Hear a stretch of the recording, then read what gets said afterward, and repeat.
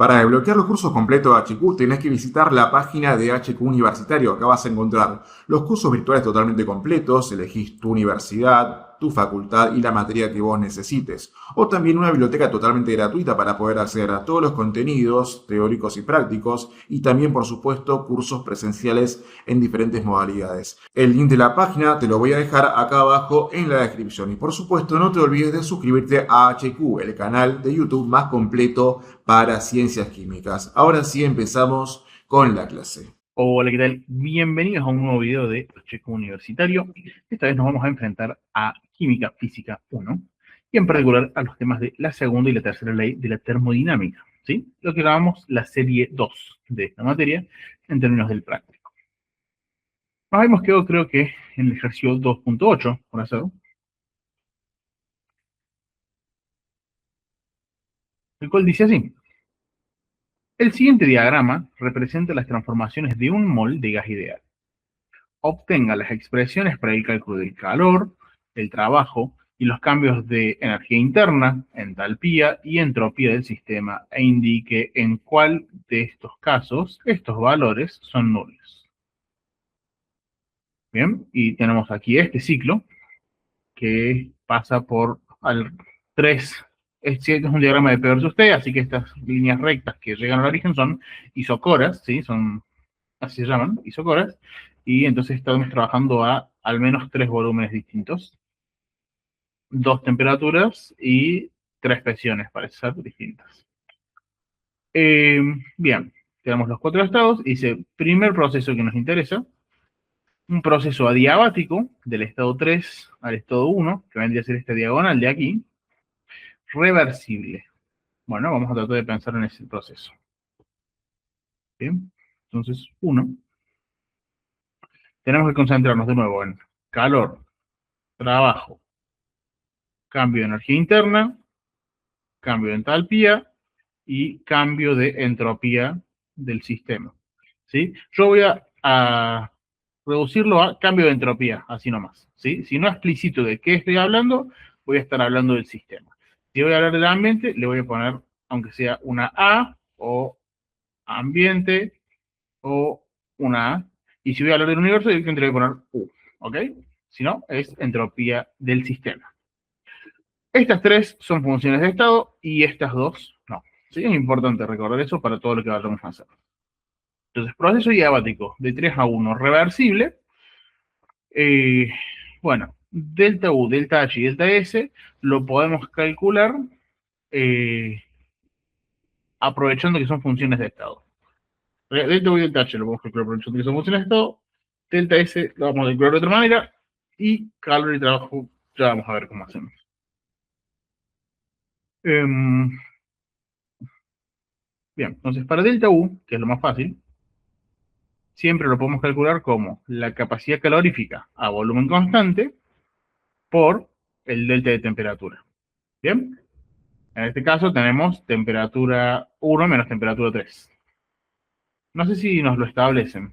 No, bien. Vamos a poner una fórmula, digamos, y listo. Eh, y estamos trabajando con un mol de gas ideal. Entonces, CB igual a un mol por CBM de un gas ideal, que es un mol por 3 medios R. ¿Sí? Y esto da entonces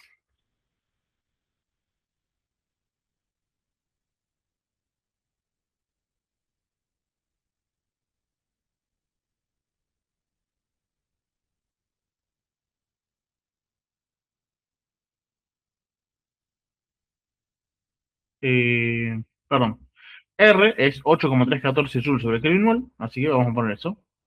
O lo dejamos así, ¿sí? Y con esto alcanza. Acá nos va a quedar como 3 medios R por un mol por el delta de T de 3 a 1. ¿Bien? Ahí tenemos la fórmula de delta de U de 3 a 1. Luego, para el delta H va a ser lo mismo, solo que usando la capacidad calorífica a presión constante. Entonces va a ser 5 medios R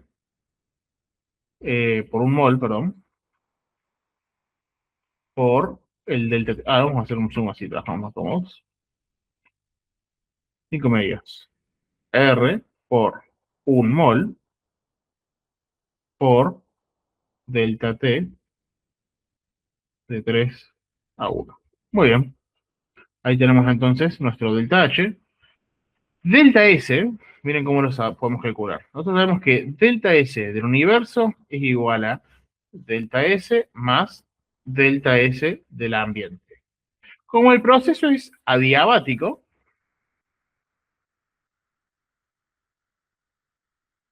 delta S del ambiente se hace cero,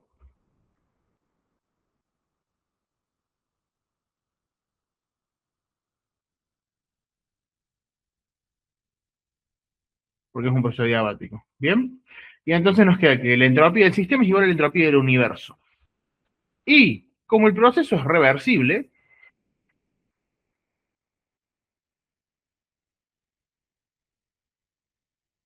la entropía del universo es cero. Entonces, la entropía del sistema va a tener que ser exactamente igual a cero. ¿Sí? Para que dé cero del lado izquierdo. Así que, bien, ahí tenemos entonces para anotar, delta S del sistema es cero. Y se acabó. Bien, ¿qué nos queda? Calor, como el proceso es adiabático, es igual a cero, directamente. Podríamos haberlo aclarado antes, pero está acá.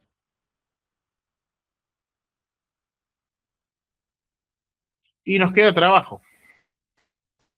¿Qué? Nosotros sabemos que delta U es igual a calor más trabajo. El calor es cero, entonces trabajo va a ser igual a delta U. ¿Bien? Entonces vamos a poner de vuelta la misma fórmula que para el delta U, si quieren, o lo dejamos ahí, en trabajo igual a delta U, como más les guste.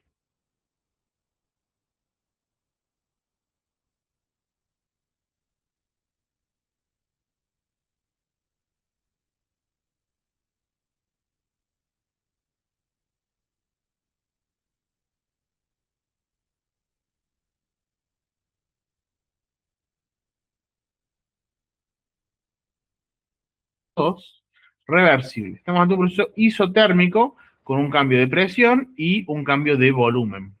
¿Bien? Bueno, ¿qué sabemos? Como es un proceso isotérmico, delta U es igual a capacidad calorífica a volumen constante por delta T es igual a cero, porque el delta T es igual a cero. Lo mismo le pasa al delta H, que es capacidad calorífica a presión constante por el delta T. Perfecto. Ahora, nosotros sabemos que delta U es igual a calor más trabajo, así que podemos definir el calor como menos el trabajo. Perfecto. Ahí sacamos un tema muy importante. Eh, y delta S, nosotros sabemos del sistema que es calor reversible sobre la temperatura de trabajo, ¿sí? Estamos justamente en un proceso térmico, así que podemos usar esa fórmula, y el proceso dice que es reversible. Así que si encontramos el trabajo, vamos a encontrar el calor, y vamos a encontrar, por ende, la entropía del sistema. Bien, nos falta encontrar el trabajo entonces. Bueno, es una transformación isotérmica, reversible, y por lo que vemos, pasamos de una presión 1,2, de una presión baja a una presión alta, así que va a ser una compresión. ¿Sí?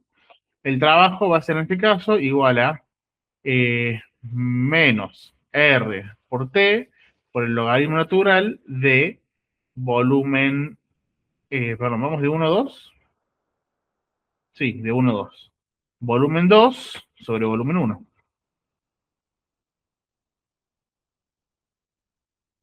Bien. Entonces, esta es la definición de trabajo de expansión reversible. Que si quieren podemos ver de dónde sale la fórmula, pero ya a esta altura la podemos usar, me parece. Luego, entonces calor, al ser igual a menos el trabajo, calor va a ser igual a R por T por el logaritmo natural de B2 sobre B1. Y delta S, al ser la fórmula de calor dividido de temperatura, delta S va a ser igual a R por el logaritmo natural de B2 sobre B1. Muy bien, y ahí tenemos las fórmulas. Y aclaramos, los que son ceros en este caso son delta U y delta H.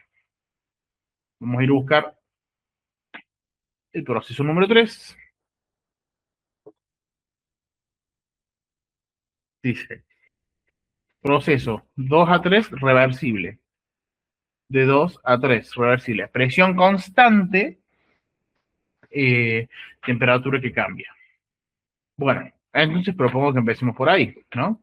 Nosotros sabemos que delta U, lo que sabemos siempre, igual a CB por delta T, igual a 3 medios R por un mol por el delta de T del proceso, que ya me olvidé, que es de 2 a 3, ¿verdad? Sí, de 2 a 3.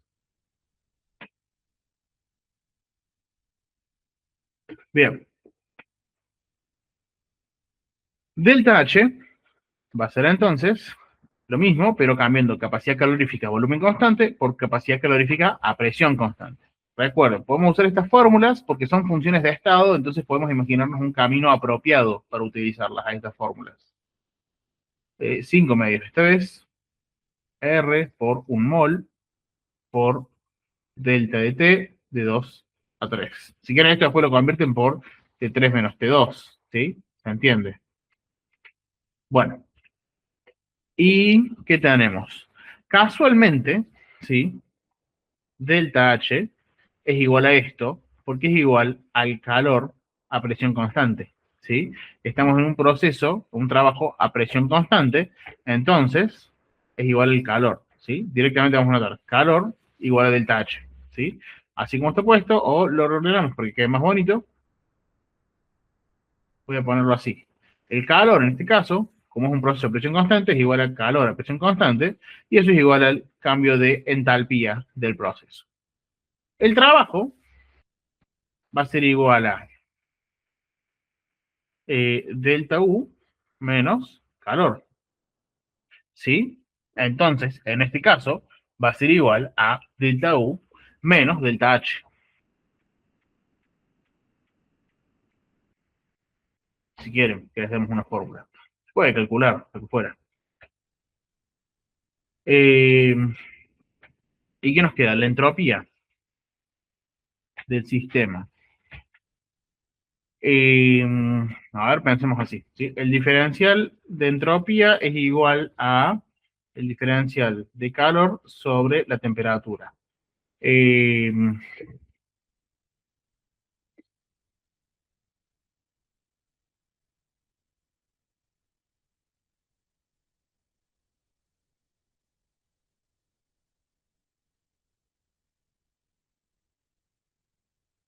bueno, ¿estoy haciendo bien el proceso? Proceso de 2 a 3, sí, a presión constante, cambio de temperatura. Listo, listo. Estoy seguro que no estaba pillando. Entonces, eh, el calor lo vamos a expresar como un diferencial de Cp, pues estamos trabajando presión constante, por T. ¿Sí? Esto es constante, esto sí cambia. Lo voy a poner con costadito para que dq igual a dCp por T. ¿Bien? El diferencial de la capacidad calorífica asumimos que es constante, así que dq es directamente igual a capacidad calorífica a presión constante por ddt. ¿Bien? Y entonces acá nos va a quedar como capacidad a presión constante por ddt sobre T. Bien. Y entonces, ahora, lo que vamos a hacer es decir, cuando la integremos, nos va a quedar, sí, esto va a ser del TS,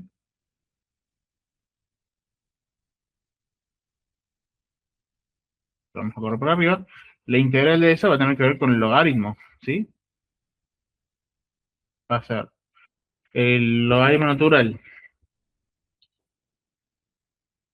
Cp por el logaritmo natural de temperatura 3 sobre temperatura 2. Bien. Creo que ese es el brazo con el que estamos trabajando, ¿no? De 2 a 3. Sí, de 2 a 3. Bien, perfecto. Bien, y entonces ahora vamos. Ah, me falta la entropía. No, bueno, ahí está, ahí lo planteamos. Entonces tenemos delta U, delta H, calor, trabajo y entropía. En este caso no veo que ninguno sea cero, me parece, porque todos varían. Hay calor, hay trabajo, porque hay cambio de volumen y hay presión, hay cambio de entropía, lo que vamos a calcular, hay cambio de temperatura, entonces hay cambio de delta U y delta H. Perfecto. Y el 4, ¿qué tenemos el 4? Dice, ciclo completo, 1, 2, 3, 4, 1, con la etapa de 4 a 1, 1, 2, 3, 4. Con esta última etapa marca la línea de puntos como irreversible. Bueno, entonces, como es cíclico, delta U, delta H y delta S son iguales a cero, ¿sí? Porque son función de estado.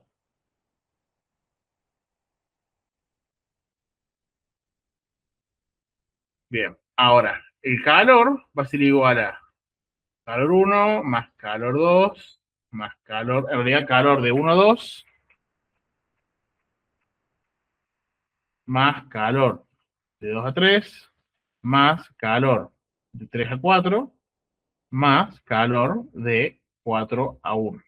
Bien, ahora ya habíamos establecido las fórmulas de varias de estas, pero necesitamos la fórmula del calor de la última, de lo contrario no lo vamos a poder sacar. Alternativamente, podemos calcular el del trabajo, ¿sí? Que es trabajo de 1 a 2, más el trabajo de 2 a 3, más el trabajo de 3 a 4, más el trabajo de 4 a 1. De 1. De vuelta, las fórmulas de estas tres las tenemos, pero de esta no. Si pudiéramos descubrir de alguna manera la fórmula del calor de 4 a 1 o del trabajo de 4 a 1, que en este proceso irreversible del cual no nos dan demasiada información, si podemos conseguir eso, entonces podemos conseguir el otro. ¿Sí? Si conseguimos este, conseguimos el calor total y como delta U igual a calor más trabajo y delta U igual a cero, conseguimos por consecuencia el otro. ¿Sí? Así que bueno, nos está faltando la fórmula de uno de ellos. ¿Sí? No sabemos cuál. Podemos estimar que... No, bueno, nada, no podemos estimar mucho más que eso.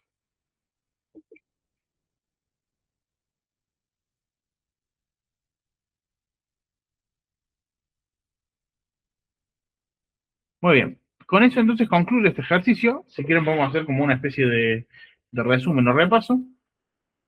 Voy a volver a poner. Uepa, muy grande.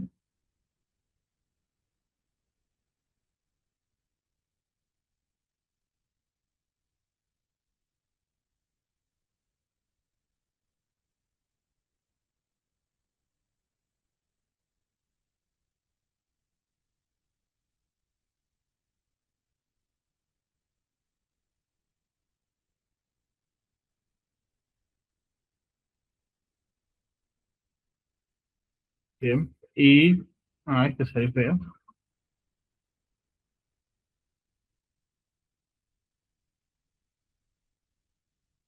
¿Y qué cosas queremos comparar? Para la transformación uno, para la 2, en realidad serían números romanos, para la uno, para la 2, para la 3 y para la 4. ¿Y qué tenemos acá? Delta U, delta H, me va a faltar bonito.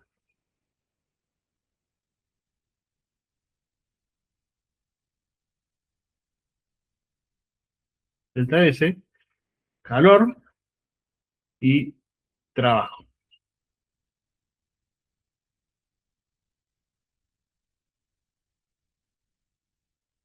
Muy bien. Y acá vamos a poner unas líneas divisorias para hacer una especie de tablita rápida.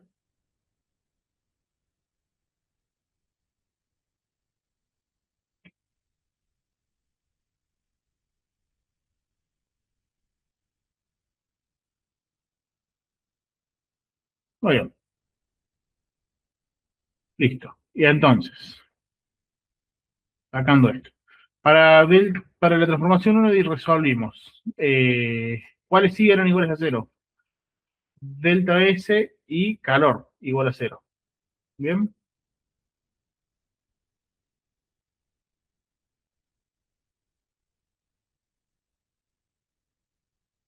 Cero y cero. Para la transformación 2 nos quedaban delta U y delta H igual a cero. Calor, trabajo y delta S no. Para la transformación 3 nos quedaba nada igual a cero. Bien. Y para la 4 nos quedaba igual a cero las tres funciones de estado. Bien. Y estas no tenemos fórmulas completas. Y para las otras sí tenemos alguna especie de fórmula que ya hemos planteado. Bien. Muy bien. Excelente.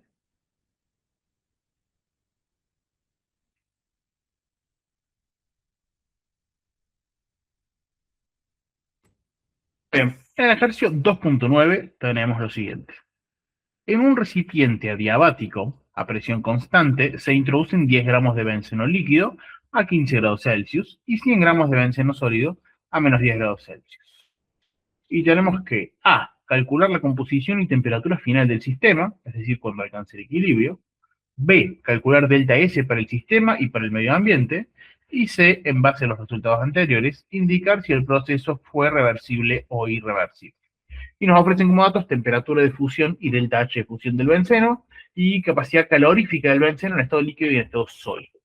Muy bien. Cosas a tener en cuenta. Leyendo el enunciado dice que el recipiente es adiabático, quiere decir que no hay transmisión de calor con el medio ambiente y podemos asumir tampoco hay transmisión de materia. Puede haber transferencia de otro tipo de trabajo, por eso que estamos a presión constante. Bueno, puede haber transferencia de trabajo, lo sumo, no lo especifican. Eh, Dice, se introducen 10 gramos de benceno líquido a 15 Celsius y 100 gramos de benceno sólido a 18. En general, lo que vamos a pensar nosotros es, ok, adiabático quiere decir que calor igual a cero. Y entonces de acá directamente nos sale la punta para decir calor del ambiente, perdón, delta S del ambiente, que es igual al calor del sistema al ambiente sobre la temperatura del ambiente, y es igual a cero, ¿sí? Porque el calor que sale hacia el ambiente es igual a cero. ¿Ok? Entonces, esto es importante. El cambio de entropía del ambiente va a ser cero. Toda la entropía del proceso va a devenir exclusivamente de la entropía del sistema, ¿sí? Así que conociendo la entropía del sistema, directamente vamos a saber si es o no reversible, si es o no espontáneo. Muy bien. Luego, para calcular la composición y la temperatura final del sistema, ¿qué tenemos que hacer? Bueno, ustedes que son químicos seguramente entienden cómo funciona este proceso. Si les propongo un diagrama de temperatura versus tiempo, ¿qué van a ver? Y simplemente nos encargamos de medir el benceno sólido, ¿sí? Vamos a hacer, a ver, bueno, supongamos que vamos a medir el benceno sólido, no estoy seguro que sea eso efectivamente lo que hagamos, quizás midamos el benceno líquido, eh, pero supónganse que el benceno sólido, si tiene que calentar, ¿qué es lo que va a pasar? Bueno, está en menos 10, va a aumentar su temperatura hasta llegar a la temperatura de fusión, luego se va a mantener constante y va a usar toda la energía, todo el calor que le ingrese para hacer la fusión y luego va a volver a aumentar la temperatura. ¿Sí? Entonces esto es calentamiento, fusión o solidificación y calentamiento. Bien, esto es para el sólido. Ahora, para el líquido, si miramos la perspectiva del líquido, va a ser al revés. Arranca con la temperatura, se va a ir enfriando, pues está en contacto con algo más frío, hasta que alcance la temperatura de fusión, se va a mantener la temperatura constante mientras ocurre la fusión, y luego se va a volver a enfriar, ¿sí? Pero es lo mismo. Entonces, calentamiento a la inversa, ¿sí? Si quieren enfriamiento, fusión, solidificación sería en este caso, y de vuelta enfriamiento. Muy bien. ¿Qué es lo que tenemos que hacer? Esta es la secuencia en la que ocurre el proceso. No sabemos si llega a ocurrir a completitud. hay que ver si tenemos suficiente materia para calentar suficiente benceno líquido y llevarlo al punto sólido y llevarlo al punto de fusión, o si el benceno sólido que tenemos es suficiente para enfriar el benceno, solidificarlo y seguir enfriándolo, o se queda trunco a mitad del proceso, ¿sí? Por eso es que nos piden que calculemos la composición y la temperatura final del sistema. ¿Bien? Pero a priori lo que vamos a identificar van a ser tres procesos, ¿sí? El primer proceso va a ser de calentamiento del... a ver, ¿cuál es el que tiene menor masa? Tenemos 10 gramos de benceno líquido versus 100 gramos de benceno sólido. Bueno, ¿qué creen que es más probable que ocurra? ¿Que el benceno líquido se enfríe o que el benceno sólido se caliente? Van a ocurrir las dos, pero si tienen que elegir que gane uno, ustedes probablemente van a decir, y va a ganar el benceno sólido. Se va a enfriar más el benceno líquido de lo que se va a calentar el benceno sólido por una cuestión de masas, ¿no? Las capacidades caloríficas no son iguales para el líquido y para el sólido, pero tampoco son de una orden de magnitud de diferencia, como sí lo son las masas, ¿sí?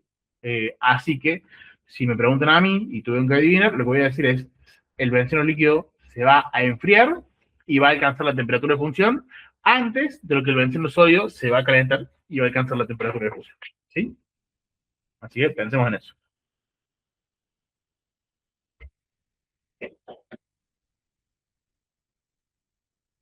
Entonces pensemos, en el calor que necesita el líquido para fundir, para enfriarse, ¿sí? Para llegar a la temperatura de fusión. Enfriamiento 1. Pensemos en el calor necesario para esta etapa. El primer enfriamiento hasta la temperatura de fusión. ¿A qué va a ser igual? A la capacidad calorífica del líquido por la masa del líquido por el delta de temperatura del proceso que queremos, que va a ser ¿qué cosa? La temperatura de fusión menos la temperatura del líquido inicial. ¿Sí? Entonces, sabiendo cuáles son cada uno de esos datos, vamos a poner el calor necesario para este primer proceso de enfriamiento, que corresponde a esta parte de la curva de temperatura versus tiempo, es igual a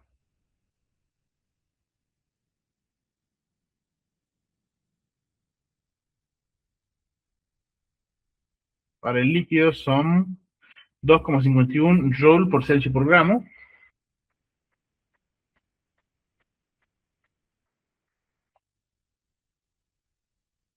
Eh, bueno, sí, no está bien que sea joule en este caso, pero bueno, vamos a, que sea Celsius, pero lo vamos a dejar ahí.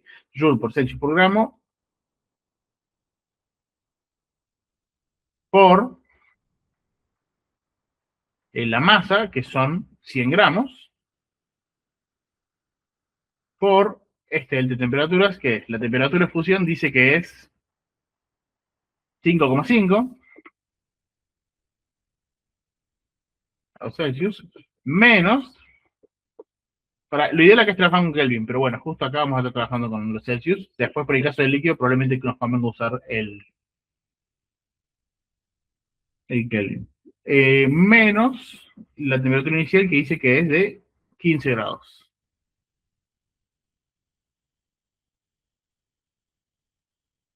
Bien, entonces esto de acá nos va a dar menos 9,5 grados Celsius.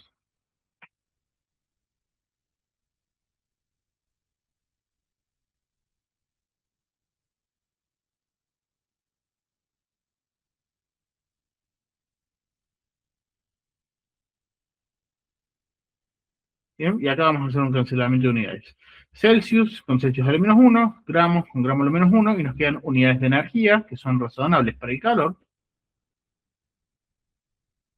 Y vamos a ver cuántos joules involucra eso con la calculadora.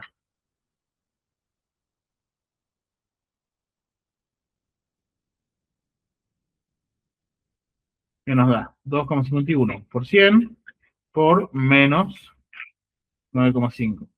Y me queda menos 2.384,5 joules.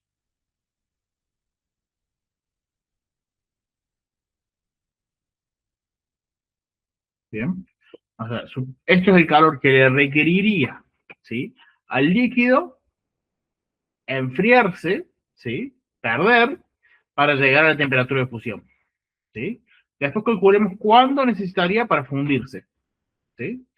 Bueno, para eso simplemente lo que hacemos es decir, el calor de fusión va a ser igual al delta H de fusión por la masa, que es eh, bien, ahora piensen que tiene que ser negativo, porque este es para fundirse. Si hay calor que hay que entregarle positivo, para que se solidifique, es el opuesto. Calor de solidificación igual a menos delta H de fusión por la masa, que ahora sí vamos a buscar el valor 135,56 joule por gramo. Menos 135,56 joule por gramo de menos 1 por 100 gramos. Esto da 1355,6.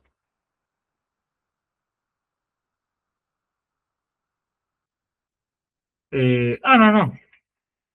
Menos 13.556. Ahí está. Corremos la coma dos veces. Claro que sí. Así es. Joules. Y se nos cancela el gramo con el gramo. Gramo de menos 1. Perfecto. Entonces este es el calor que necesitaríamos quitarle al líquido para que se solidifique completamente. ¿Bien? Y les digo una pausa. ¿Sí? Estamos hablando del calor de esta etapa. Ahora les digo, hagamos una pausa, ¿sí? Porque este gráfico y este gráfico no van en simultáneo. La escala temporal no es necesariamente la misma. Lo que sí ocurre es la secuencia. Vamos a ver cuál es el calor que necesitamos entregarle al líquido para alcanzar la temperatura de fusión.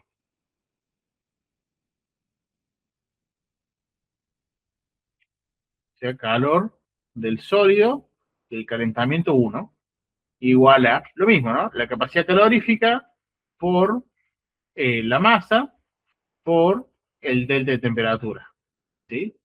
Y entonces esto va a ser la presión calórica, presión constante del sólido, 1,67 joule por grado Celsius de menos 1 por gramo de menos 1 por 10 gramos. ¿10 gramos son? 10 gramos, no, 100 gramos de sólido. Discúlpenme, he cometido un error. He utilizado mal las masas en el anterior. Lo vamos a volver a poner.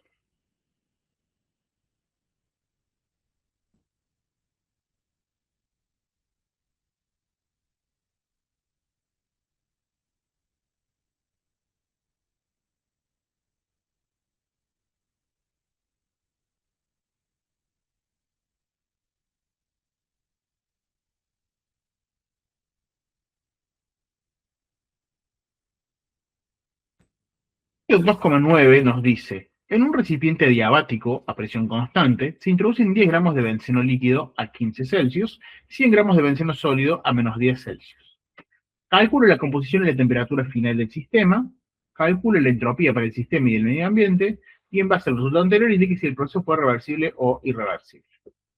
Bueno, rápido. El recipiente es adiabático, ¿sí? Así que el calor no puede salir del sistema, y el calor solo puede transferirse entre los componentes del sistema. Es decir, ir del sólido al líquido y o viceversa. Nada más que por el gradiente de temperaturas, uno tiende a pensar que va a ir desde el líquido que está más frío, perdón, desde el sólido que está más frío hasta el líquido que está más caliente.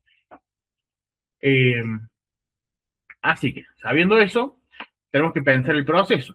Ustedes que son químicos, seguramente alguna vez han visto un gráfico como este, donde si ponemos la temperatura del sistema en función de el tiempo y vamos midiendo en un proceso como este, en un sistema como este, si medimos el caso del hielo, ¿sí? ¿Qué es lo que esperaríamos? Que primero parte de una temperatura inicial, se va calentando durante un momento hasta que llega a la temperatura de fusión, y ahí la temperatura se mantiene constante a lo largo del tiempo, a medida que se va fundiendo el sólido, hasta que una vez que está todo fundido, vuelve a incrementarse gradualmente la temperatura. Estas dos pendientes no necesariamente con la misma manera. De hecho, la pendiente está recta, uno puede... Bueno, no importa. Eh, Donde tenemos una segunda etapa de calentamiento, ¿sí? Entonces, calentamiento 1, fusión y calentamiento 2. Ahora, si hacemos el mismo diagrama, pero mirando desde la perspectiva del líquido, ¿qué vamos a tener? Bueno, que el líquido arranca a una cierta temperatura, de cero, a tiempo cero, y al estar en contacto con el sólido que está más frío, se va a ir enfriando. ¿Hasta cuándo? Hasta llegar a un cierto valor. ¿Y cuál es? El de la temperatura de fusión o de solidificación, porque es el mismo proceso en sentido inverso. Luego la temperatura se mantiene constante a medida que se va solidificando completamente el líquido, y una vez que eso termina de ocurrir, la temperatura vuelve a descender. De nuevo, con estas pendientes no necesariamente iguales. Y estas escalas temporales no necesariamente iguales. Esto es midiendo el sólido y esto es midiendo el líquido. Muy bien. Entonces también tenemos tres etapas que vamos a llamar de enfriamiento 1, de solidificación y de enfriamiento 2. ¿Bien? Ahora, las dos no pueden pasar al mismo tiempo, ¿sí? Hay dos o tres posibilidades. Hay tres posibilidades, ¿sí? Una posibilidad es que tenemos suficiente sólido para enfriar todo el líquido y solidificarlo completamente y que el sistema termine siendo todo sólido.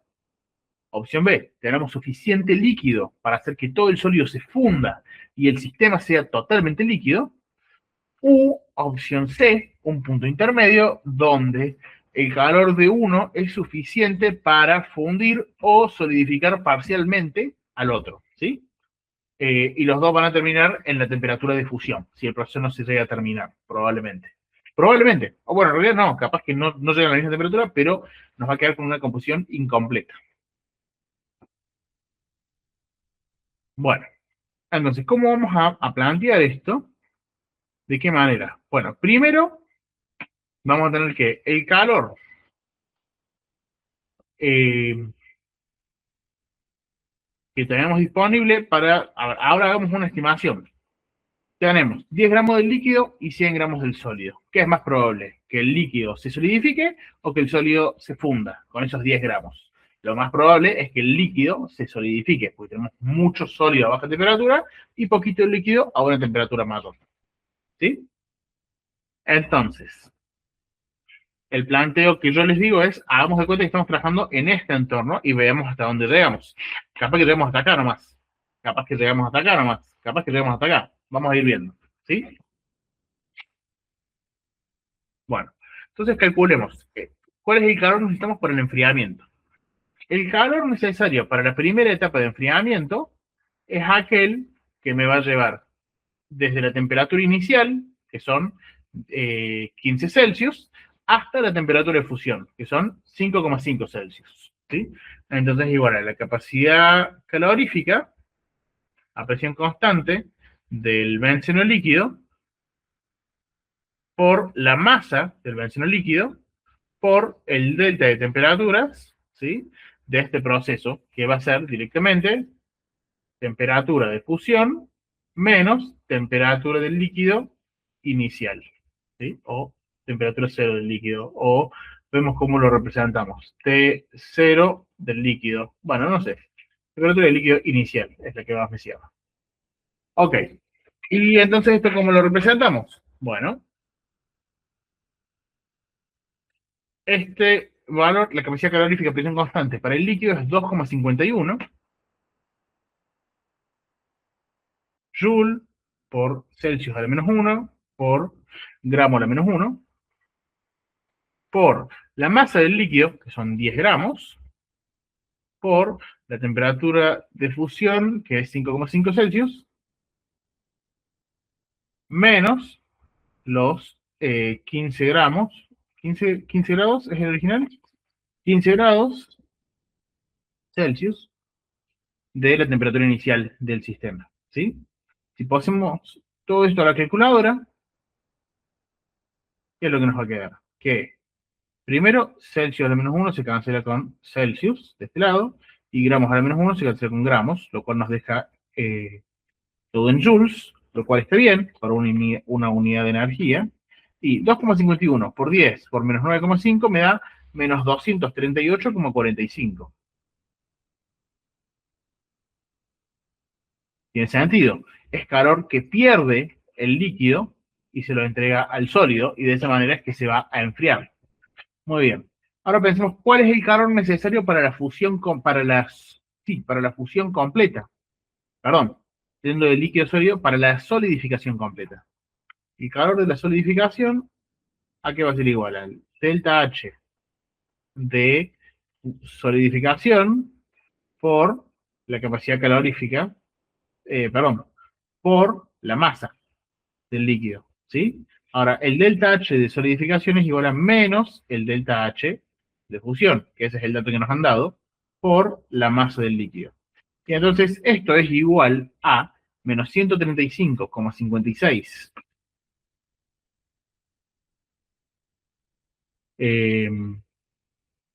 joules por gramo por 10 gramos, que es la masa del líquido, ¿sí? Entonces, de esta manera, el valor resultante que nos queda es menos 1355,6 joules. ¿Bien? Entonces, entre estos dos necesitamos esta cantidad de calor para, para enfriar el líquido y luego fundirlo. ¿Bien? Y eso quiere decir que habíamos llegado hasta este punto. ¿Bien? Ahora lo que les propongo es veamos si en el sólido hay si el sólido está suficientemente frío como para llevarlo hasta ese lugar antes de empezar a fundirse. ¿Sí? Entonces, veamos cuál es el cambio de temperatura que le generaría al sólido la cantidad de calor esta. ¿Sí? Esta más esta.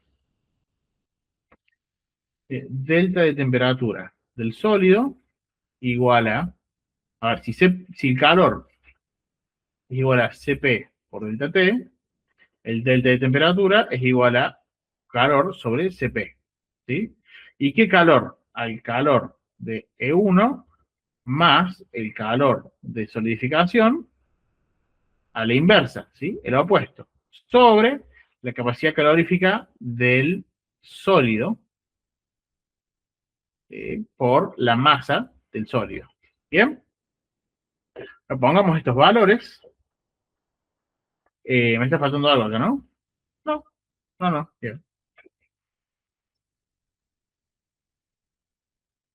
Me va a quedar menos, menos 238,5 dice, no, 4 joules más, o directamente acá, menos 1355,6 joules, lo de arriba queda en joules, sobre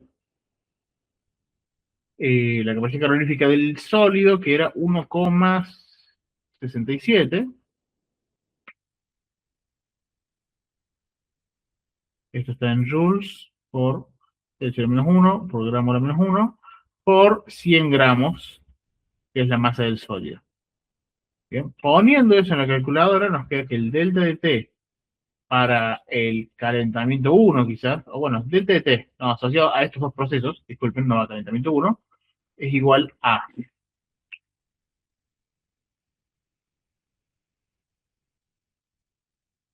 238,4 más 1305,6, 1594 sobre 1,67 por 100. Upa, me da que, primero vamos a las unidades, gramo a la menos 1 se cancela con gramo, y luego joule se cancela con joule, y me queda 1 sobre Celsius a la menos 1, lo cual es igual a Celsius directamente, y me queda un valor positivo de 9,5. ¿Sí? Estoy leyendo los datos para ver que estamos bien. Entonces, y la temperatura de fusión es 5,5. Perfecto. Entonces, el delta T es 9,55. Si le quiero redondear, 9,54. 9,5 voy a ponerlo. ¿Sí? No sé si falta ser tan filoso. Entonces, la temperatura vamos a poner final o temperatura 1 del sólido es igual a la temperatura inicial más el delta de T, ¿sí? Porque el delta de T es igual a temperatura esta menos esta. Y esto es igual a menos 10 grados Celsius más 9,5 grados Celsius, y esto nos da menos 0,5 grados Celsius. ¿Bien? Entonces pensemos que hemos llegado hasta este punto en este diagrama, llegamos a enfriar y fundir todo el líquido, y en el diagrama del sólido llegamos más o menos hasta, partimos en menos 10, llegamos más o menos hasta acá. ¿Sí? Así que, ¿qué es lo que queda? ¿Bien? Lo único que queda es, nos queda el sistema todo líquido, perdón, todo sólido, con distintas temperaturas. Lo único que nos queda es equilibrar las temperaturas, ¿sí? Así que vamos a proceder a hacer eso. Lo que sabemos es que la temperatura final en el equilibrio va a ser igual, ¿sí? Para los dos, ¿sí?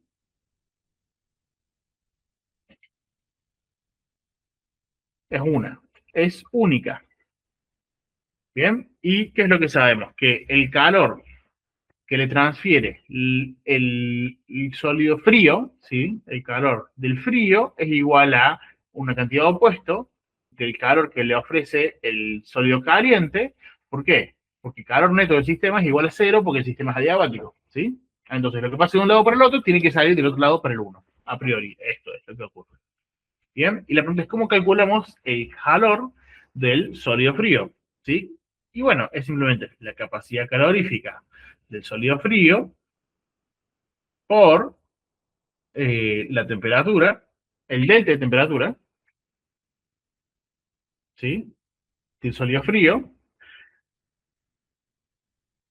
y esto va a ser igual a menos la capacidad calorífica del sólido caliente por el delta de temperatura del sólido caliente. Bien, cuando expandimos ese delta de temperatura, nos va a quedar como temperatura final menos temperatura inicial, ¿sí? ¿De quién? Del sólido frío. Ah, mira, acá la F y la F se me confunden. Le vamos a poner... sí. Bueno, vamos a escribir. Vamos a ser más explícitos. Temperatura final. Y acá va a ser... la F es de frío. Entonces acá va a ser final menos la temperatura fría.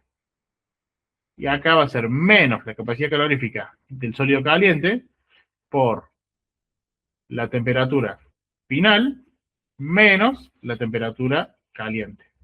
¿Bien? ¿Y qué es lo que tenemos que hacer acá? Tenemos que despejar temperatura final para encontrarla, porque es nuestra incógnita. ¿Sí? Ya lo hemos hecho esto, lo vamos a volver a hacer para que nos quede de referencia, de manera generalizada y luego de manera puntualizada, para este caso en el que las capacidades caloríficas son iguales.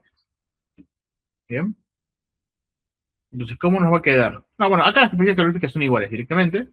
¿Sí? Capacidad calorífica del frío es igual a la capacidad calorífica del caliente, porque los dos son benceno sólido. ¿Sí? Y entonces, nos va a quedar directamente temperatura final menos temperatura fría igual a temperatura acá. Si ponemos esto con el menos adelante, nos va a quedar temperatura caliente menos temperatura final. Y ahora este lo pasamos para acá y este lo pasamos por acá y nos queda temperatura final más temperatura final igual a temperatura caliente más temperatura fría. Y de acá lo que podemos decir es, tengo dos iguales, hago dos veces temperatura final igual a temperatura caliente más temperatura fría. Y ahora este 2 lo paso por acá y temperatura final va a ser igual a temperatura caliente más temperatura fría sobre 2. ¿Bien? Entonces le tenemos la fórmula de temperatura final de dos cuerpos de masas distintas, ¿sí? Pero, hay un problema acá. Porque yo puse que la capacidad calorífica era la misma. Pero eso es cierto si tuvieran la misma masa, porque tengo el valor por masa. Así que lo tenemos que normalizar por la masa, porque son propiedades extensivas. Así que esto de acá lo vamos a sacar. Bien. La capacidad calorífica del frío es Cp por 100 por T final menos Tf. Y acá nos queda menos Cp por 10 T fin menos T caliente. Muy bien. Y ahora lo que les propongo es, le pongamos colorcitos, ¿sí? A las cosas. Lo que venga de lo caliente, lo dejamos con rojo. Lo que venga del frío, lo dejamos con azul. Pero no tenemos mucho más que esto. Y ahora simplemente trabajamos sobre esto y nos va a quedar CP y CP se van a cancelar y el 10 con el 100 se van a cancelar. Lo que vamos a hacer es a este mandarlo dividiendo para allá y nos va a quedar CP por 100 sobre CP por 10 por T final menos T frío.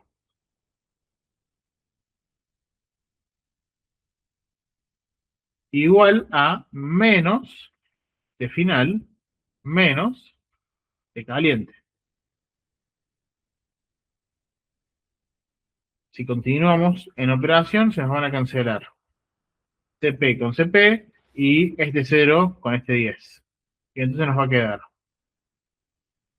10 T final menos TF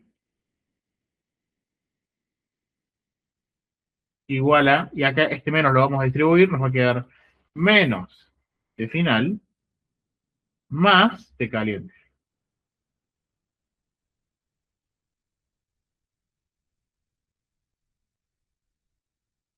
Ok. Ahora acá distribuimos el 10 y nos queda 10 T final menos 10 TF igual menos T final más T caliente. ¿Y acá qué es lo que vamos a hacer? Bueno, vamos a pasar las cosas con fin para un lado y las cosas sin fin para el otro. Y entonces nos va a quedar 10 T fin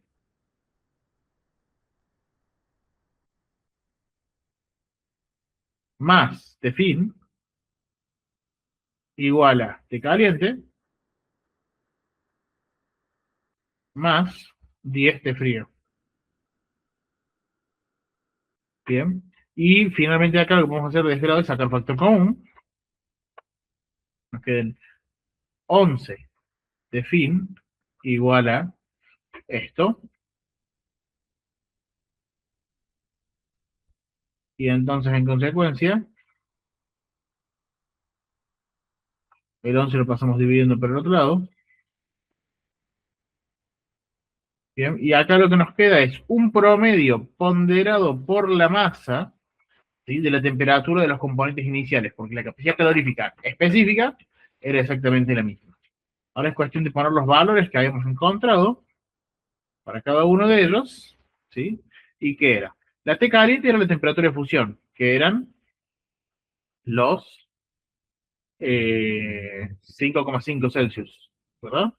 Temperatura de función, 5,5 Celsius.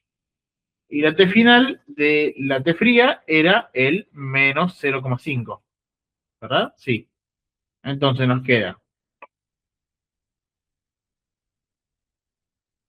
menos 0, no, perdón, 5,5, no, sí, 5,5, que es la temperatura final del caliente, que era el sólido caliente, que estaba en temperatura de fusión, más 10 veces. Ah, perdonen. Y esto, bueno, está bien, porque lo que importa es la diferencia. ¿O no?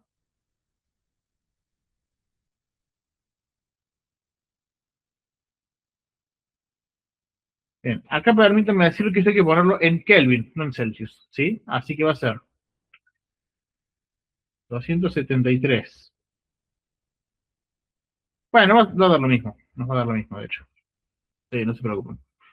Vamos a poner menos 0,5 más, no, perdón, 5,5, que es la temperatura del sólido caliente, o Celsius, más menos 0,5 grados Celsius por 10, esto da menos 5, si quieren pensarlo así, sobre 11. Bien. Y entonces la temperatura final de esto, ¿qué va a dar?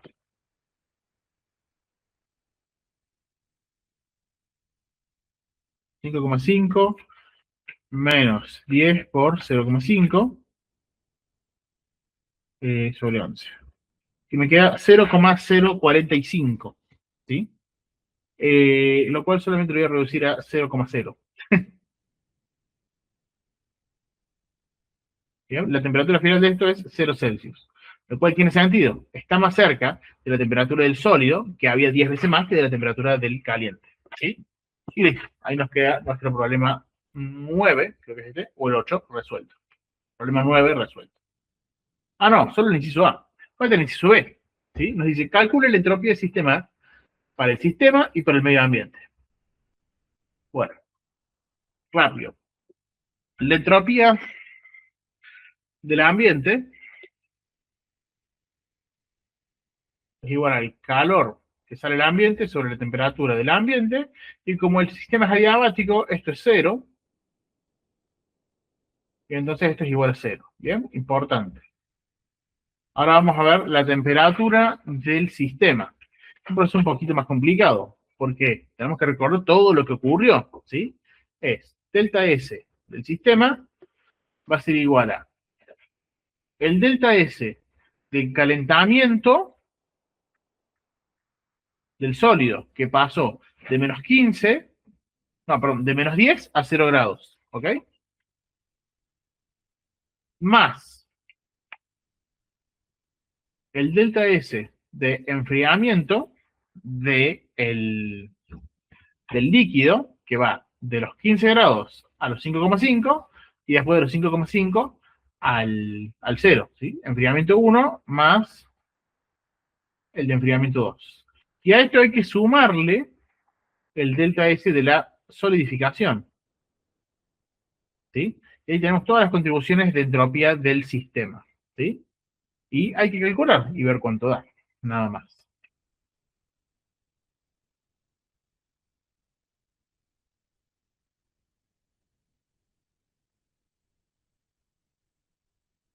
Bueno, entonces, para el delta S de calentamiento, ¿sí? ¿Cuál es la fórmula para este caso? Es,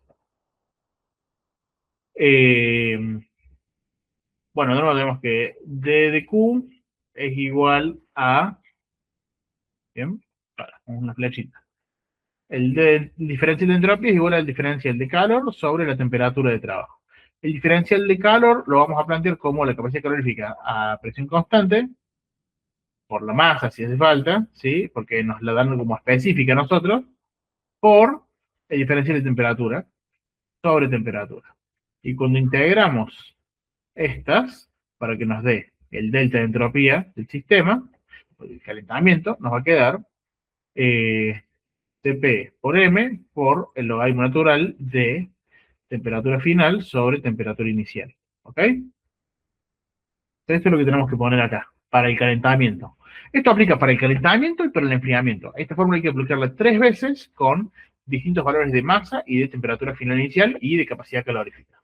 ¿Bien? Porque no es lo mismo este enfriamiento que este enfriamiento, perdón, este enfriamiento que este enfriamiento, porque no es lo mismo la capacidad calorífica del líquido que del sólido, ¿sí? Recuerden. Muy bien. Entonces, teniendo esto de manera general, delta S del calentamiento es la capacidad calorífica del sólido, que es 1, jamás lo voy a recordar, 1,67,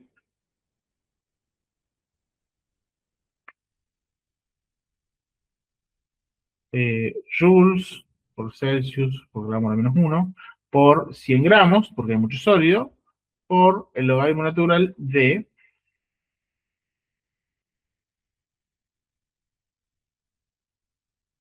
la temperatura final de todo el proceso es 0, sobre la temperatura inicial, que era, bueno, perdón, y acá es donde nuevamente siempre les conviene trabajar con Kelvin y no con Celsius, ¿sí? Así que ya es momento de hacerlo. Hace rato lo podríamos haber hecho, nunca esté de más. Así vamos a poner temperatura inicial del sólido es menos 10 grados, y esto es igual a 263 Kelvin. Temperatura final es igual a 0 grados Celsius, que es igual a 273 Kelvin.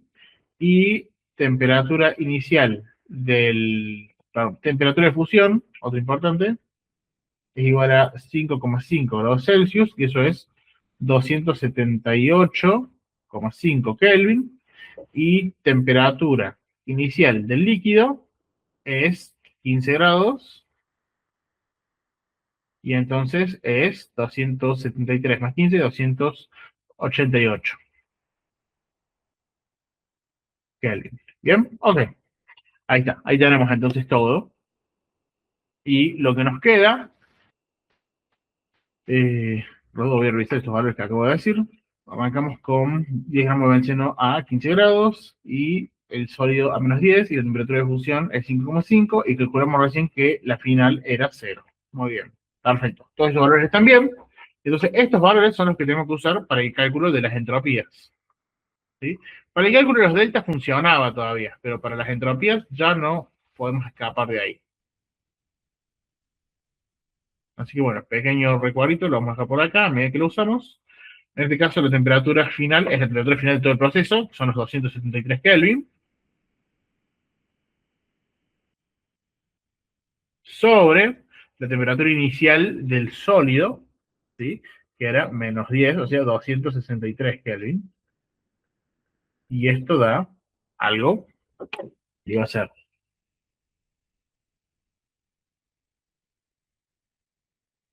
1,67 por 100 por el logaritmo natural de 273 sobre 263. Y me da 6,23 joules sobre Kelvin. ¿Bien? Porque es el Celsius y los pasé a Kelvin.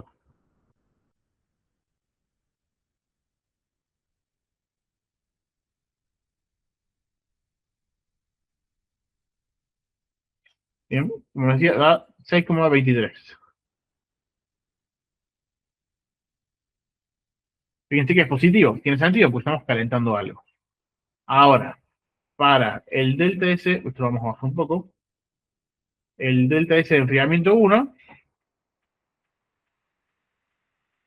es lo mismo, solo que acá cambia el valor de la capacidad calorífica específica, que es 2,51, me parece, ahí lo voy a chequear. 2,51, sí. Joule por Kelvin al menos 1, por gramo al menos 1, por 10 gramos, por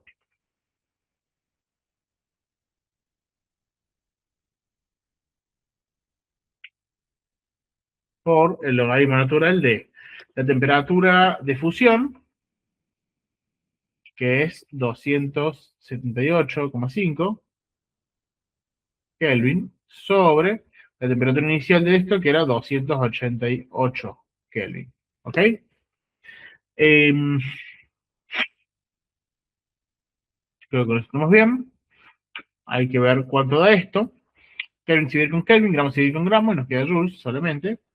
Vamos a poner 2,51 por 10 por el logaritmo natural de 278,5 dividido 288. Y me da menos 0,84.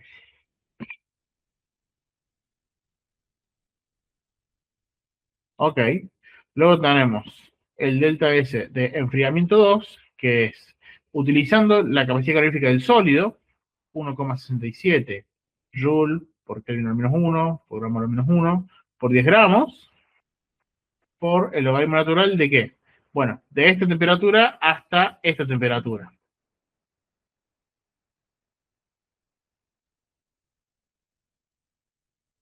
¿Sí? Y esto va a dar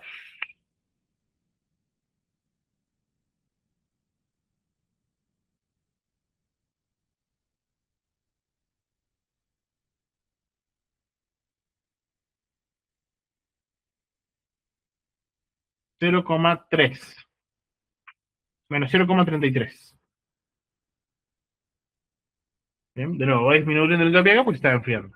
Y ahora vamos a ver, la que nos está faltando es la del proceso de solidificación. ¿Sí? que es más fácil esa. El delta S de solidificación es igual al delta H de solidificación sobre la temperatura de solidificación.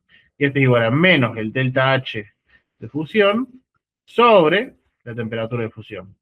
¿Sí? Y el delta H de fusión es, bueno, multiplicado por la masa, por supuesto, estamos trabajando con 10 gramos, es 135,56. Vamos a incorporar la masa al análisis.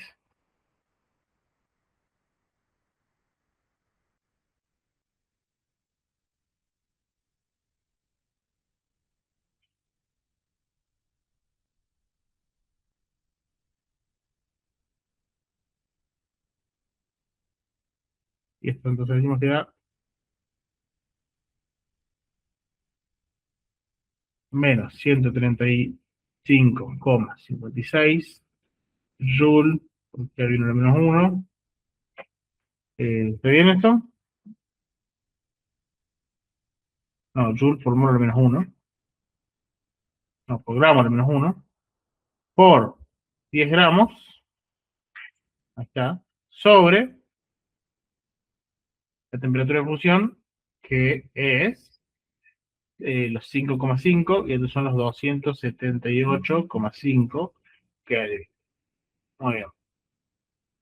Entonces ahora, poniendo todos estos valores en la calculadora, nos va a quedar menos 135,56 por 10 sobre 278,5, menos 4,87.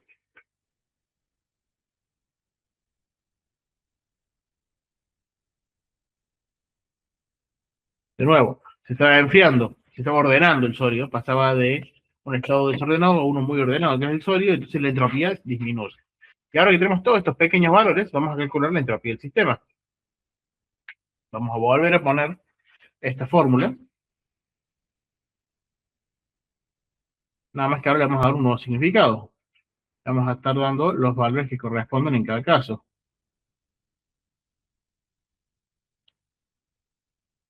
Delta S igual a este, que es el valor más grande de todos, igual a 6,23 Joule porque hay un al menos 1, más el enfriamiento 1, que es muy chiquito, 0,84, menos 0,84 Joule porque hay un al menos 1, más el enfriamiento 2, que es más pequeño aún, menos 0,33 Joule porque hay un al menos 1, más este valor que calculamos recién, menos 4,87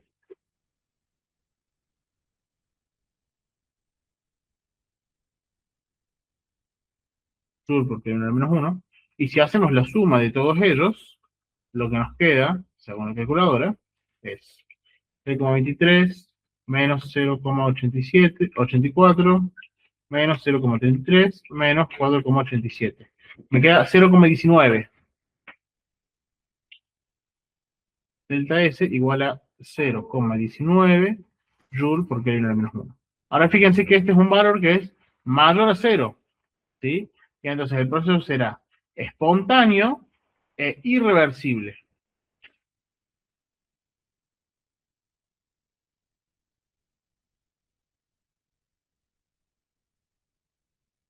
Bien.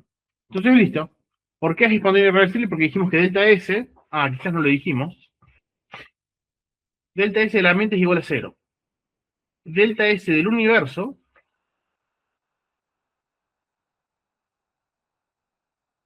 es igual a delta S del sistema más delta S del ambiente. Como el ambiente tiene cero entropía porque el recipiente es adiabático, estas dos son iguales. Y si el delta S es mayor a cero, el delta S del universo es mayor a cero, y entonces ahí tenemos el criterio de espontaneidad, que es que el proceso es espontáneo e irreversible. Perfecto. Con eso concluye entonces este ejercicio.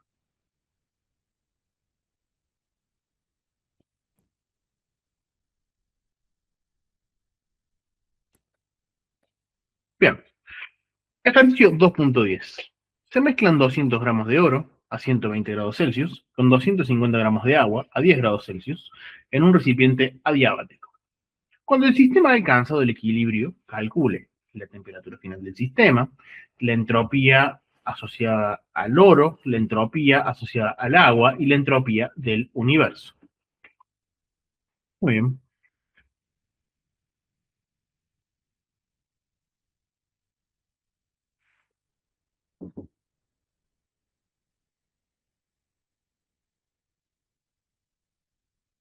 Lo que tenemos que pensar acá es que tenemos el contacto de dos cuerpos, ¿sí? De distintas temperaturas y diferentes capacidades caloríficas específicas y distintas masas, que van a estar en contacto y van a transferirse calor mutuamente hasta alcanzar el equilibrio térmico. ¿Cuál es la condición del equilibrio térmico? Temperatura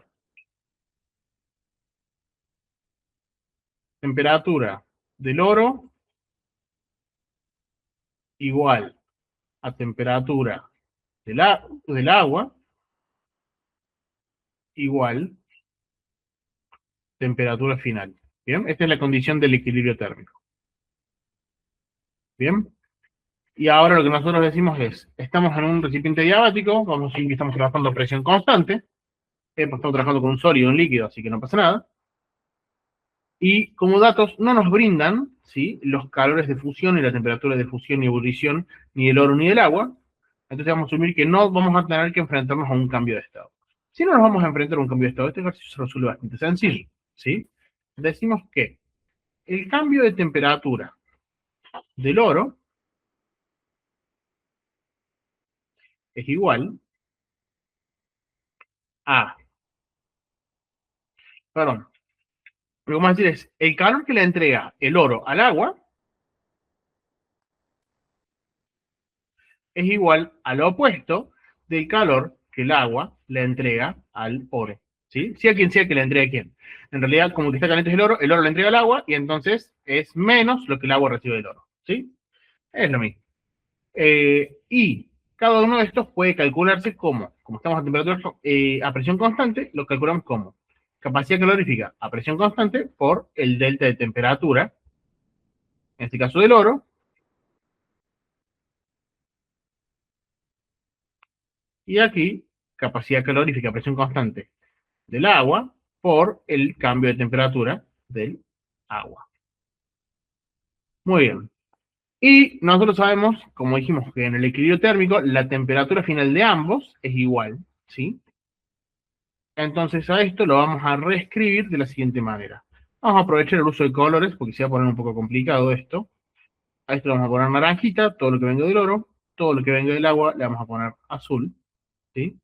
Y nos va a quedar en naranjita capacidad calorífica específica del oro.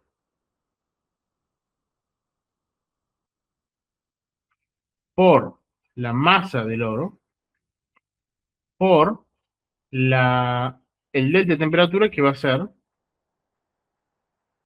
temperatura final menos temperatura inicial del oro. Muy bien. Entonces, este lado de la igualdad tiene todos los términos del oro. Este lado de aquí va a tener todos los términos del agua. Y es capacidad calorífica, presión constante, específica, es decir, normalizada por la masa, del agua, por la masa de agua con la que estamos trabajando, por temperatura final, menos temperatura inicial del agua. Muy bien.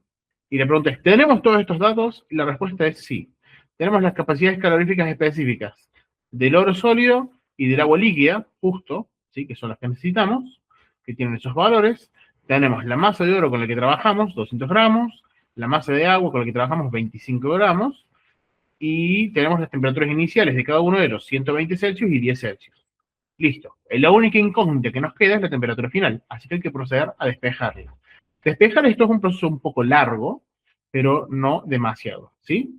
Voy a dejar de escribir todos los símbolos y voy a poner simplemente CP a estos dos juntos, le voy a poner CP naranja, y a este le voy a poner T naranja, Y a estos dos puntos le voy a poner CP azul y a este le voy a poner T azul. Pero sepan que tenemos los valores para cada uno de ellos, ¿sí? Y entonces va a ser T, a este le voy a poner T, nada más.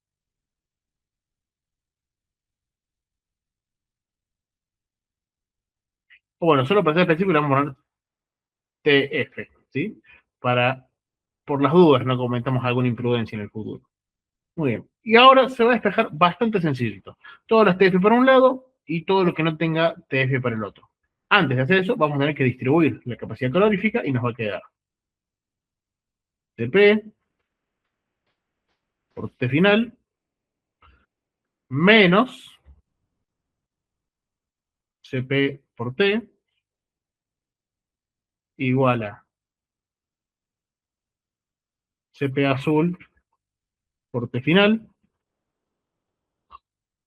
menos, y acá falta un menos adelante,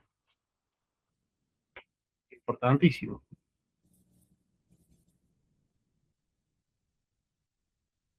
Así que este es menos, ¿sí? Y ahora este va a ser más, cuando hagamos menos por menos, nos va a quedar CP por T. Perfecto. Ahora, este término que tiene T final lo pasamos por acá, este término que no tiene T final lo pasamos por acá, y nos va a quedar CP por T final más, pues está restando, CP por T final igual a qué? A CP por T azul, esto estaba restando, así que lo pasamos sumando, más CP por T naranja, ¿sí? Que es la del oro. Y ahora, de este lado, sacamos factor común de la temperatura final por CP naranja más CP azul.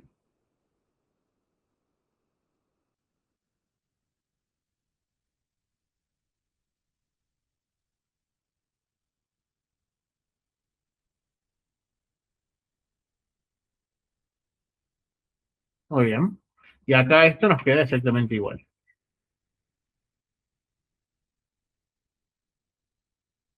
Y ahora, para seguir el despeje, ¿qué vamos a hacer?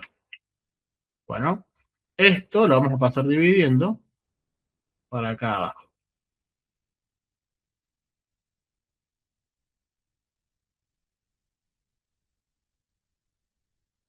Y si se fijan, ¿sí? Esto que tenemos acá no es más que un promedio de las temperaturas ponderado por las capacidades caloríficas de cada uno de los componentes. ¿Sí? Es esto, es un promedio ponderado. Y lo bueno es que todo puede calcularse, porque todo tiene los valores. Simplemente vamos a reemplazar por los valores que teníamos antes. Temperatura final va a ser igual a la capacidad calorífica del agua, que es esto, capacidad calorífica a presión constante según masa del agua, por la masa del agua, más la capacidad calorífica a presión constante específica para la masa del oro, por la masa del oro, y a esto me falta multiplicarla, discúlpenme, por la temperatura inicial del agua. Y de este lado, por la temperatura inicial del oro. Y abajo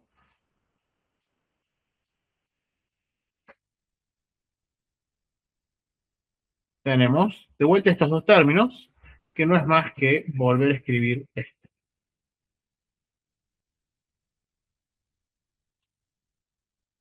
Esto más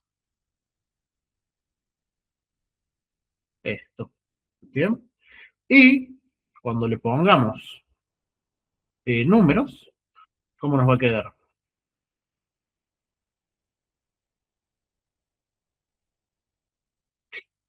Bien, capacidad calorífica del agua 4,184. Y lo pongo en azul. 4,184 Joule sobre Kelvin gramo por 25 gramos, que es la masa del agua, por la temperatura inicial del agua, que hay que ponerla en kelvins. La pueden poner en Celsius, pero siempre es buena práctica ponerla en Kelvin, que son 10 Celsius, pasado a Kelvin son 283 Kelvin. Más. Mucho más espacio. Bueno, ya veremos. Creo que todo esto lo puedo achicar. ¿Me permiten?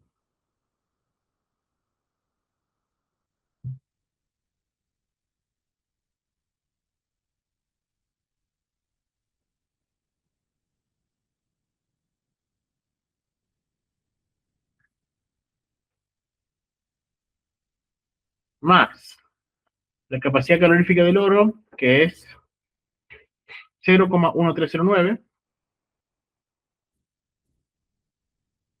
no, Joule sobre Kelvin por gramo, por 200 gramos,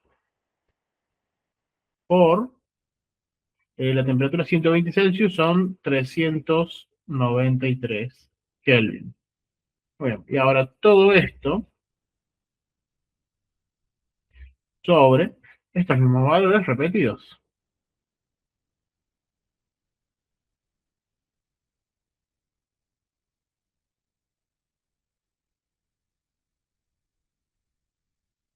Y ahora simplemente es cuestión de pasarlos por la calculadora y ver cuál es el resultado. Antes de eso, en términos de unidades, Kelvin se va con Kelvin, gramo se va con gramo y nos queda joules. Kelvin se va con Kelvin, gramo se va con gramo y nos queda joules. Y acá nos queda eh, gramo se va con gramo se va con gramo, los joules de arriba se van con los joules de abajo y nos queda unidades de 1 sobre Kelvin, que es igual a unidades de Kelvin, ¿sí? Que son las unidades que va a tener aquí abajo. Y falta ver cuál es la temperatura, que para eso lo vamos a poner en la calculadora. 4,184 por 25 por 283 más 0,1309 por 200 por 393 sobre 4,184 por 25 más 0,1309 por 200. Y me queda 305,02.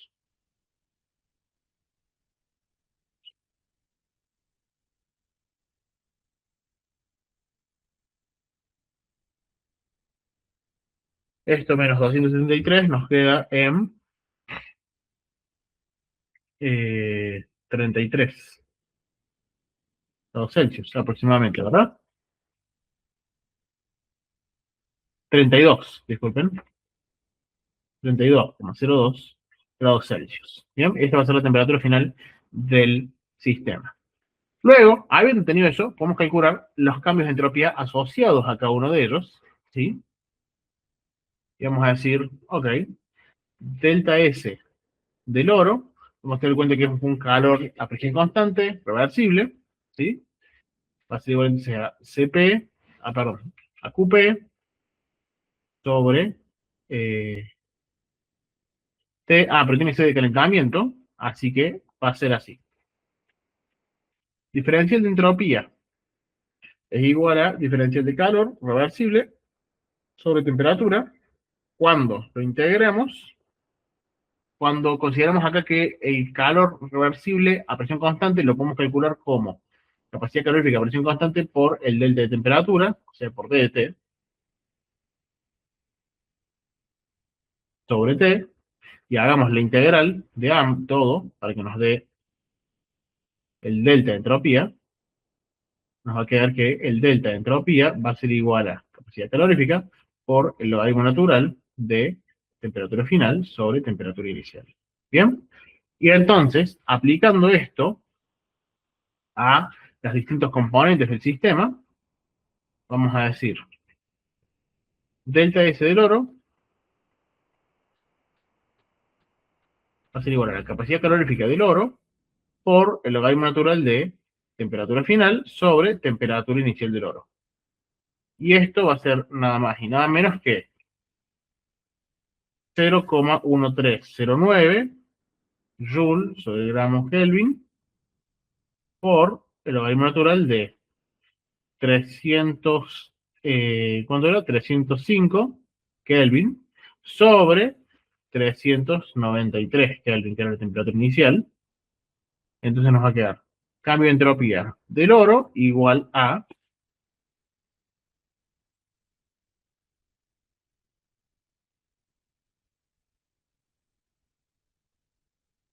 menos 0,033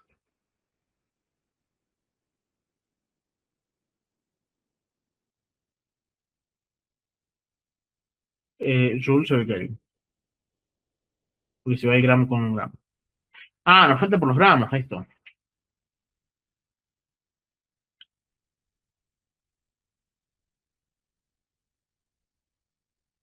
Bueno, lo vamos a hacer abajo porque nos estamos quedando sin espacio. O en realidad todo eso puede achicarse.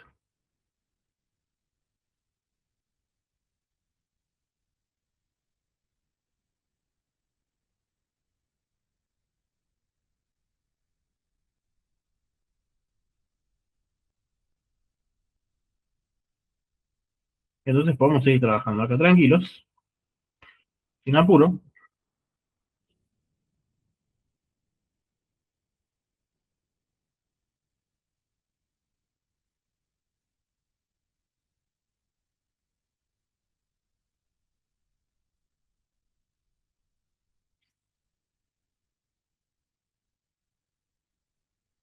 El delta S de entropía del oro nos queda como la capacidad calorífica a presión constante del oro sólido por la masa de oro, con la que estamos trabajando, por el logaritmo natural de temperatura final sobre temperatura inicial del oro.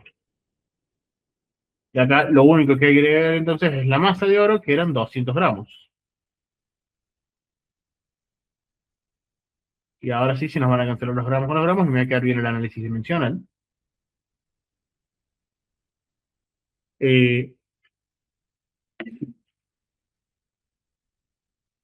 por 200 y me queda menos 6,64, un número más razonable.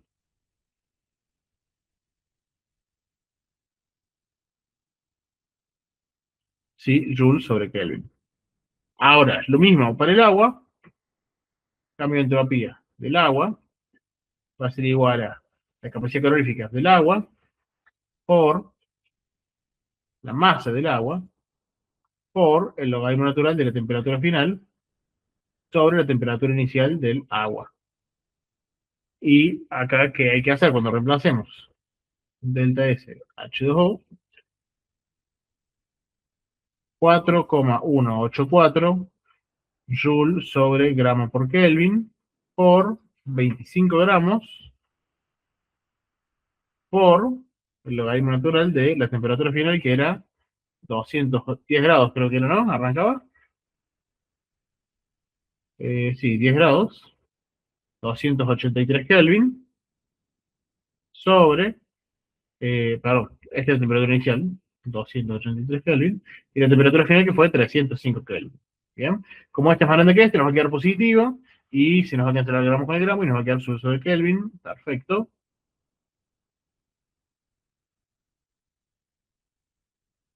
Y el valor final entonces va a ser 4,189, 4,184, 4,189, 4,184, perdón, está bien dibujado ahí, por 25 por el logaritmo natural de 305 sobre 283. Y me queda 7,83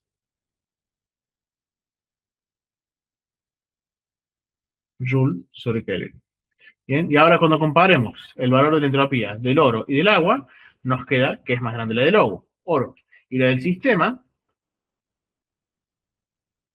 va a ser la suma de los dos.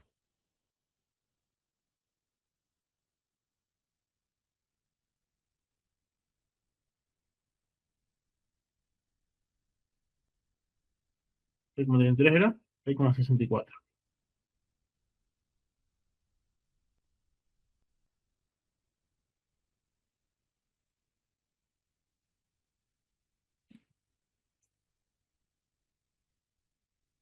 y nos queda 1,19 positivos. ¿Sí? Un cambio de entropía positivo, que ya sabemos que para este tipo de procesos representa un cambio espontáneo e irreversible, porque, ¿cómo?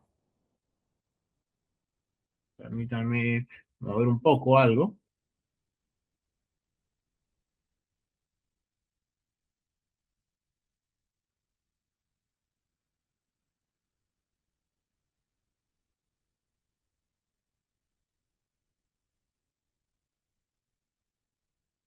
Porque, ¿cómo?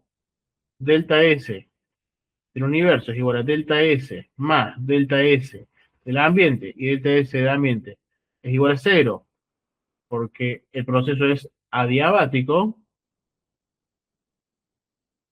Entonces, delta S del sistema es igual a delta S del universo, y si es positivo, es criterio de espontaneidad válido y nos indica que el proceso es espontáneo.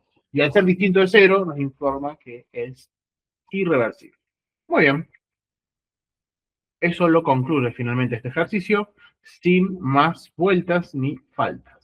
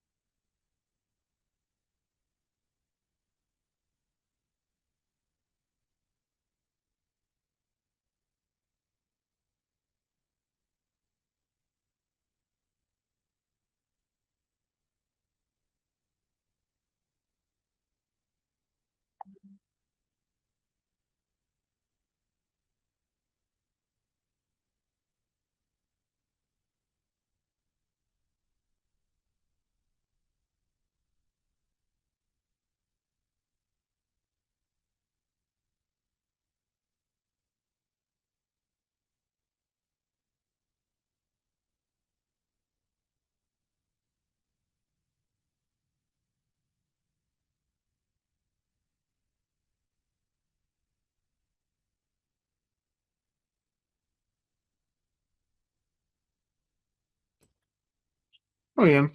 Y a modo ya como para concluir la serie, ¿sí? Nos proponemos realizar uno de estos problemas de aplicación adicionales o problemas avanzados, que dice así. Un mol de gas ideal, con capacidad calorífica a volumen constante molar de 3 medios R, inicialmente a 300 Kelvin y 1,23 atmósferas, es todo uno, es sometido a las siguientes transformaciones, todas reversibles. Transformación de estado 1 a estado 2, una compresión isobárica, quiere decir presión igual constante, hasta alcanzar la mitad de su volumen inicial. Bien, entonces vamos a poner así. Estado 1, N igual a 1.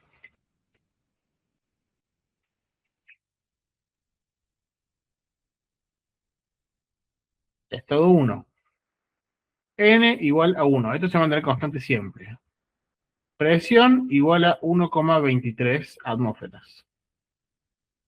Volumen igual, no lo sabemos a priori, y temperatura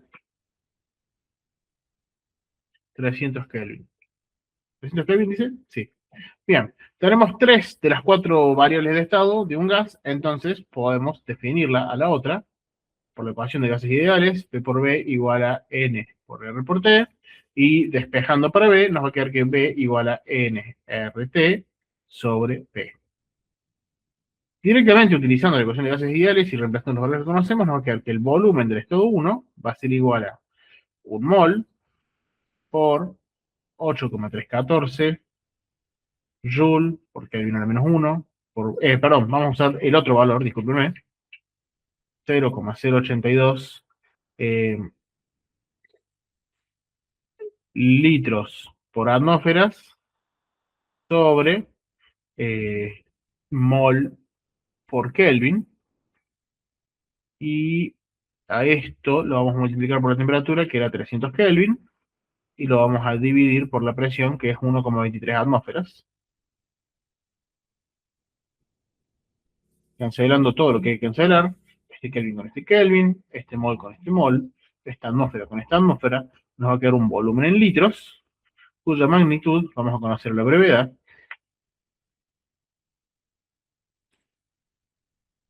0,082 por 300 sobre 1,23, 20, me queda clavadísimo, 20 litros,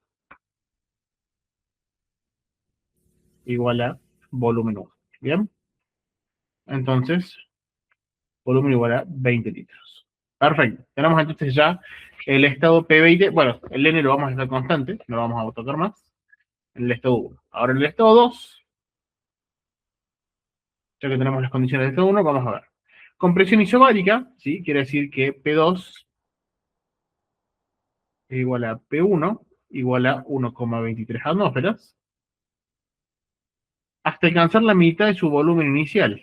Bien, entonces B2 es igual a B1 sobre 2 igual a 10 litros y la temperatura es desconocida.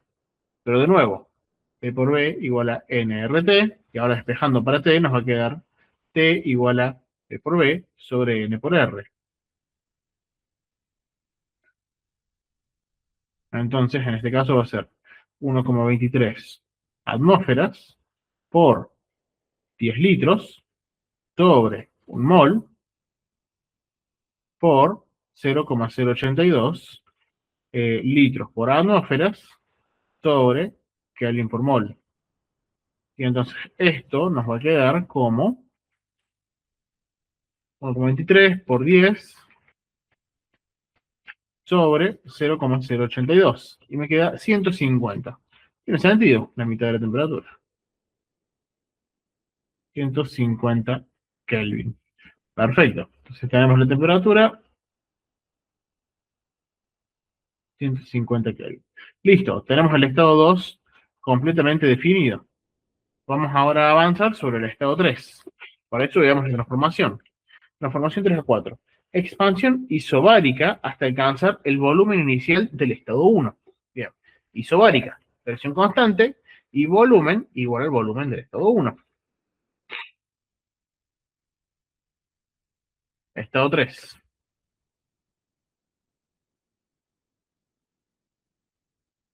P3 igual a P2.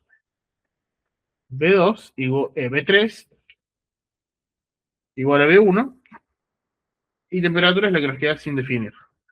La presión 2 sigue siendo 1,23 atmósferas, el volumen 1 sigue siendo 20 litros,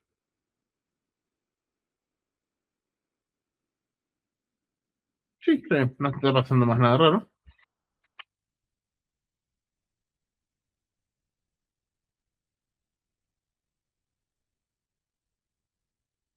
Ah, estoy leyendo mal. Para ir al estado 3 tenemos que leer la transformación de 2 a 3. Vamos a borrar y vamos a volver a traer la transformación. Sí, sí, si no iba a quedar muy aburrida. Para leer el estado 3 tenemos que leer la transformación de 2 a 3. Calentamiento a volumen constante hasta alcanzar una presión final a determinar. Ok. Ah, todavía no nos dicen qué onda, pero bueno, nos dice calentamiento a volumen constante. B3 igual a B2. B3 igual no sabemos. B3 igual no sabemos. Ok, bueno. Y transformación de 3 a 4 dice expansión isobárica hasta alcanzar el volumen inicial del estado 1. Entonces, estado 4, P4 igual a P3. Bueno, eso nos ayuda por ahora. B4 igual al estado 1, B1, eso dice, hasta que hace el volumen del estado 1, y T no sabemos.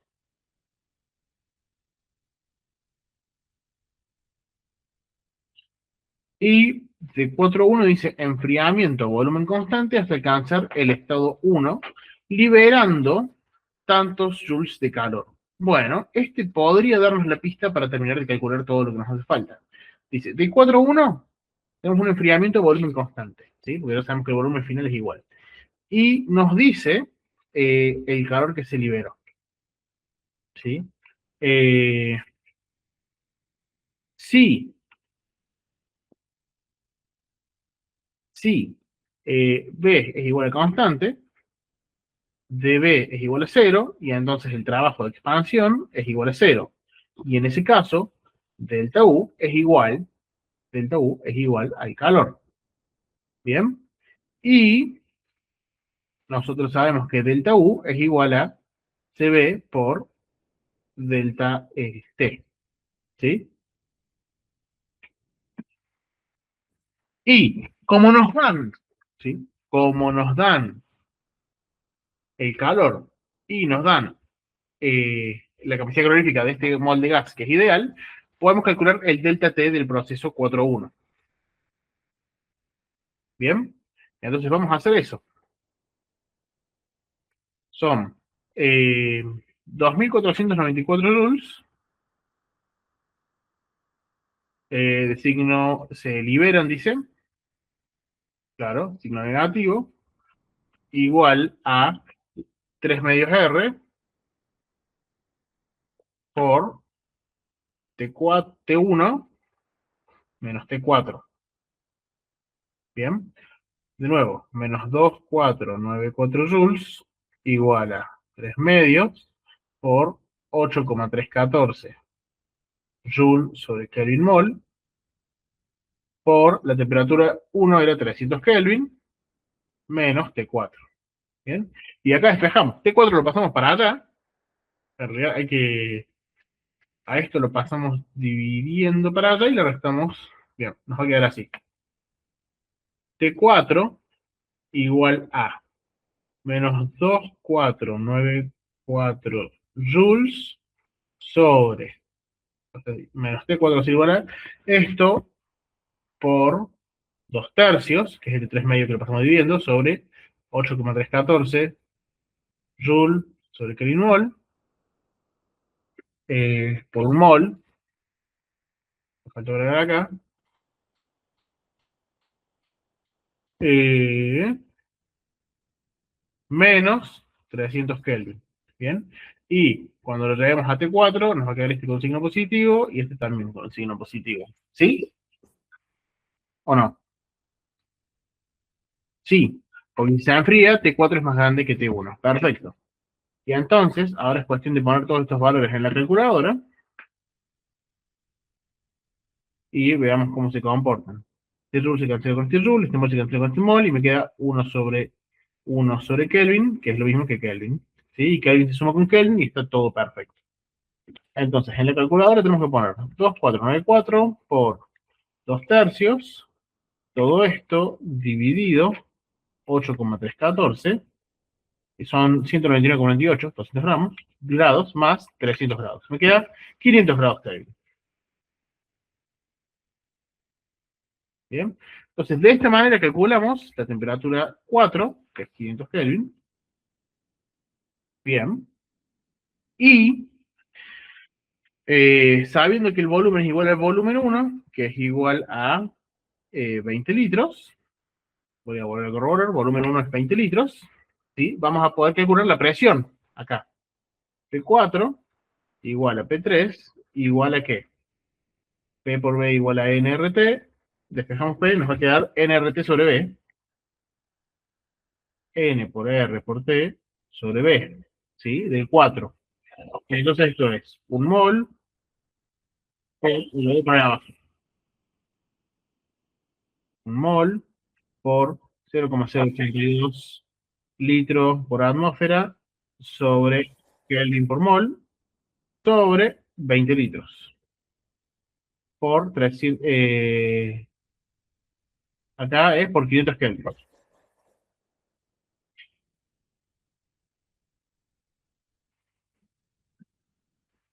Y entonces, poniendo esto en la calculadora, nos va a quedar 0,082 por 500 sobre 20, 2,05 atmósferas.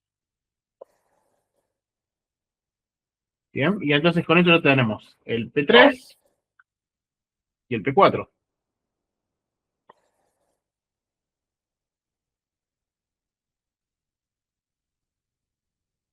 Y acá nos falta, por último, la temperatura 3, que de nuevo vamos a hacer P por B igual a NRT, y despejando T nos queda T igual a PB sobre NR, y esto va a ser igual a 2,05 atmósferas por 10 litros sobre un mol por 0,082 litros por atmósfera sobre Kelvin. Y en la calculadora esto nos va a dar 2,05 por 10 sobre 0,082, 250 Kelvin.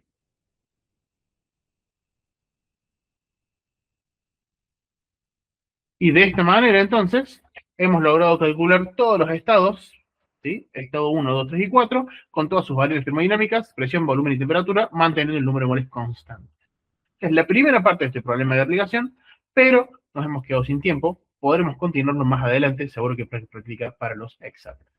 Espero que les haya servido, para mí ha sido un gusto y nos veremos en otra ocasión.